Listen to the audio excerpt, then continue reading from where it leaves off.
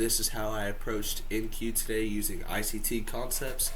I didn't end up taking a trade, although there were two super clean setups.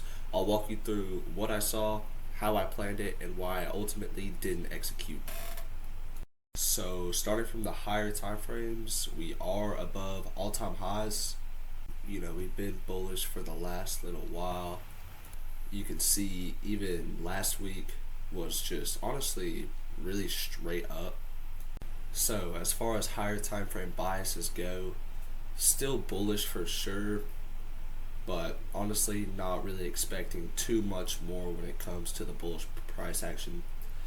Today going into the day, I saw that we swept the previous week's high.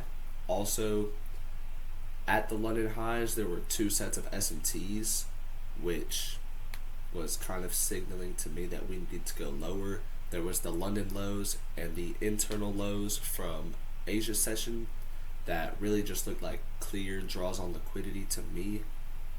So now dropping down into the 1 minute, you can kind of see pre-market, which is 8:30 onwards, is kind of highlighted in purple on my screen.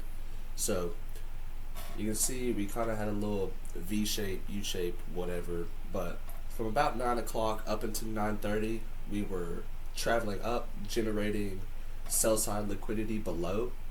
Right before market open, we had a liquidity sweep. We created a fair value gap, tapped it, then had a nice displacement plus a change in state of delivery. Once I saw that right at market open, I was honestly looking for shorts. I kind of missed the entry, and then we had a nice fat wick drop. Then it even re-tapped back into the fair value gap, but it had kind of already hit my break-even point in my head, so I really wasn't looking to chase price. That's against my rules. So we see the market open, fair value gap, entry. We hit the London lows that I was looking at earlier, even continued to drop all the way down to those Asia internal lows. After we had swept those Asia lows, we were inside of the first macro, and we had that liquidity sweep, change in state of delivery, plus a fair value gap, which then worked out targeting longs. These longs were counter to the expected trend for the day. So when I trade counter trend, I only target 50% of the trading range, which we hit perfectly here. I mean, you see the 50% denoted by this red and white box. You see the buy side liquidity resting just above equilibrium. That was all you needed for targets today for longs. So my biggest takeaway from today was that things lined up how I planned them, from my bias, how I was going to enter, just my model. But timing is everything. Obviously, you see I missed my entry right at market open, and then unfortunately, according to my rules, I could not chase the price, even though I had a strong sense of where I wanted the market to go today. This is the part of trading that really just tests your patience and discipline. I didn't force it, even though the setup worked, and I really wanted to, make some money today.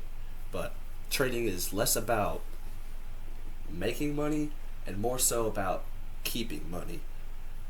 Once you kind of familiarize yourself with a model and a style of trading that suits you, you'll see that across whatever it is you're trading, for me it's futures, or whatever model or style of trading, I'm trading ICT's 22 model mixed with a couple other personal or other mentors things that I've kind of figured out and studied worked.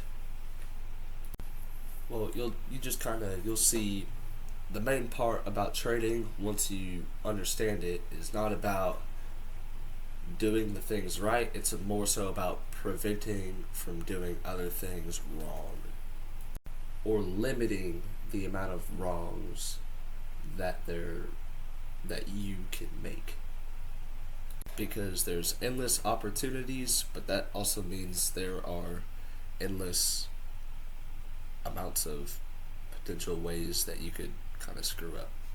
But if you're studying ICT or just trying to build better structure in your trades, hopefully this helped you see kind of how I approach it, even on days where I don't take a trade. If you found this useful, drop a like, subscribe, I'd appreciate it. And leave a comment on things you either want me to teach, things I can improve in the videos, and I think that's it. I'll catch y'all in the next one.